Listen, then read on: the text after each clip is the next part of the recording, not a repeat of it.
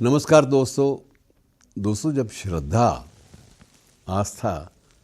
जब बड़ी गहराई तक जहन में सवार हो जाए, मस्तिष्क में घर बना ले,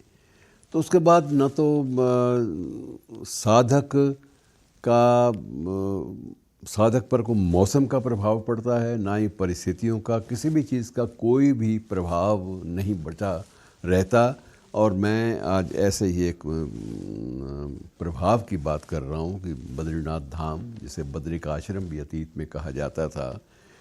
वहाँ -15 डिग्री में, माइनस या ऑफिशियल फिगर है, सरकारी आंकड़ा है कि -15 डिग्री में भी वहाँ पर 15 साधु संत अपनी साधना में लगे हुए हैं। 15 साधु संत -15 डिग्री में साधना कर रहे हैं बद्रिकाश्रम में। और ये साधना को 2-4 दिन की नहीं है, उनमें से एक तो पिछले 4 वर्षों से साधनारत है।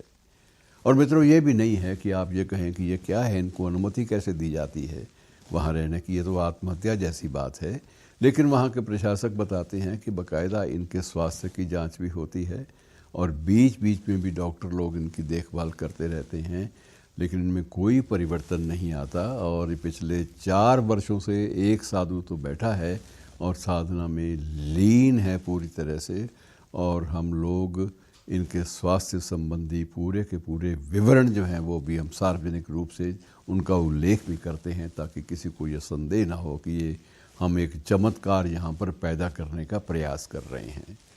तो बाद में अधिकारियों के संपर्क से ही, अधिकारियों के सहयोग से ही एक साधक जो बिल्कुल नया वहाँ पर, नया का मतलब ये है कि 2-4 महीने से वहाँ पर गया था साधना करने के लिए, वहीं पर टिका हुआ था और बीच में कुछ नित्यक्रम के लिए वो वहाँ से फारिग भी होता था। तो उस वक्त उससे बातचीत करने का मौका प्रशासन की कृपा से मिल गया। और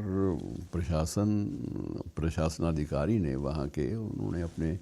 कार्यालय में उनको सादर बुलाकर उनसे कहा कि ये 2-4 मिनट की आपसे बात करना चाहते हैं। तो यही सवाल उनसे पूछा गया कि महाराज ये कैसे संभव हो सकता है। तो उन्होंने कहा कि एक ऐसी स्थिति आती है साधना में भी, जब बिल्कुल ही आदमी जितने भी प्राकृतिक जो संकट होते हैं उन सब से ऊपर उठ जाता है।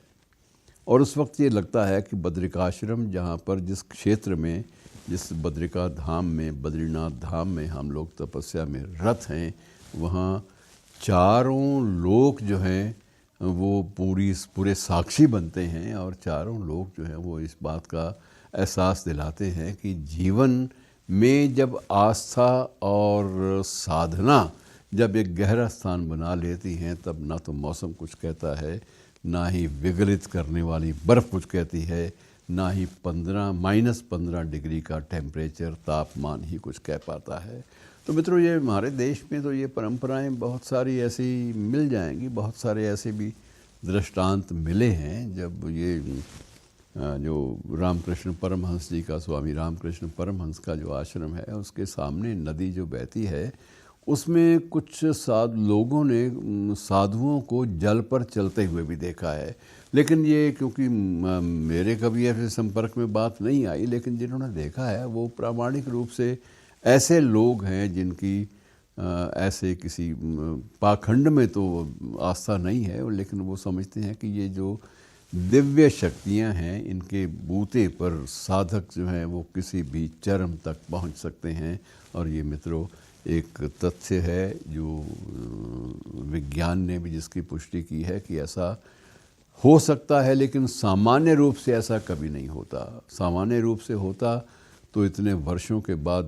लगभग 12 वर्ष के बाद भी जालंधर के पास नूर महल नामक स्थल पर एक धार्मिक संगठन के जो मुखिया थे, उनकी जो काया है, उनकी देह की जो स्थिति है, वो इस बात की गवाही देती है कि कुछ तो है जो अभी तक विज्ञान की समझ से परे है, जिनके बारे में कोई स्पष्टीकरण या कोई भी चीज़ दे पाना या प्रमाण दे पाना उसके पक्ष में या विपक्ष में विज्ञान के लिए भी संभव नहीं है। तो मित्रों, ये ढेरों ऐसी गाथाएं हैं विशेष रूप से ये सारी की सारी इसलिए याद आ गई कि बद्रिकाश्रम में -15 डिग्री में लगभग 1.25 दर्जन 1.5 दर्जन योगियों की जो साधना है वो कितनी कठिन और कितनी कठिन तपस्या है, इस बात का अनुमान लगाने में भी सिहरन और कंपन आरंभ हो जाती है। शुक्रिया दोस्तों।